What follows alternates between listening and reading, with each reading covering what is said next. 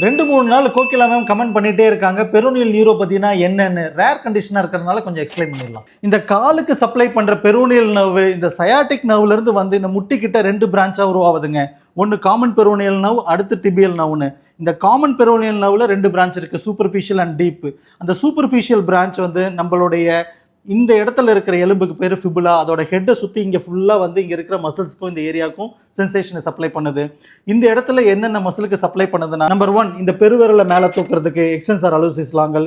Number 2 இங்கே இருக்கிற 4 சின்ன விரலையும் மேலே தூக்குறதுக்கு எக்ஸ்டென்சார் டிஜிட்டோரம் லாங்கஸ்ங்க.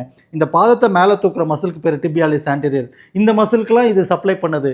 இந்த இடத்துல நர்வ் இன்ஜுரி நடந்தால் 3 வகையாக நடக்கும். எதனால நடக்கும் பார்த்துடலாம்.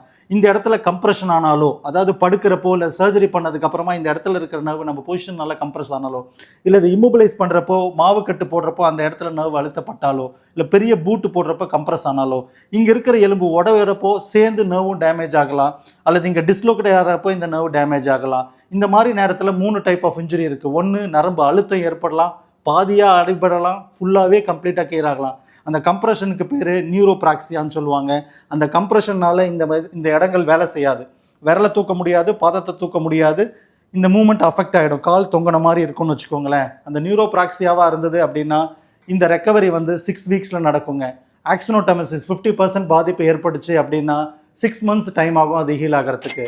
நியூரோடெமசிஸ் தான் கம்ப்ளீட்டாக கிளியர் ஆகிடுச்சுன்னா சர்ஜரி பண்ணிவிடுவாங்க. இல்லை மிஸ் பண்ணிட்டோம் அப்படின்னா அது 1.5 இயர்ஸ்க்கு ரெக்கவரி ஆகுதான்னு வெயிட் பண்ணி பார்க்கணும். இந்த 3 ஸ்டேஜையுமே நம்ம electrical storage diagnostic electrical stimulation இருக்குது. இது என்ன லெவல் ஆஃப் இன்ஜுரியில் இருக்குன்றதை நம்ம டெஸ்ட் பண்ணி பார்த்துடணும் ஃபஸ்ட்டு. அதுக்கேற்ற மாதிரி தான் பொறுமையாக இருக்கலாமா இல்லை இன்டென்சிவாக பண்ணணுமான்றதை எப்போவுமே முடிவு பண்ணிக்கணும். மேம் பயப்படாதீங்க, உங்களுக்கு எவ்வளோ சிவியாரிட்டி இருக்குன்றதை டயக்னோஸ் பண்ணிக்கோங்க. பக்கத்தில் இருக்க தெரப்பி சென்டருக்கு போங்க. பேசிவ் மூவ் மட்டும் சொல்லுவோம். உங்களோட கைகளாலே வச்சுட்டு இந்த இடங்களை மூவ் பண்ணிக்கோங்க, கொஞ்சம் மசாஜ் பண்ணிக்கோங்க, ரெகுலராக ஸ்டிமுலேஷன் பண்ணுங்கள். படுத்துட்டு சில எக்ஸசைஸ் பண்ணணும், உட்காந்துட்டு சில எக்ஸசைஸ் பண்ணணும். டே பை டே இம்ப்ரூவ் ஆகும். பயப்படாதீங்க, ரெகுலராக பண்ணுங்கள். நீங்கள் கேட்டிங்கன்னு போட்டேன், அப்ராப்ரியேட்டாக யூஸ் பண்ணிக்கோங்க. Just for the information, doctor Ram physio.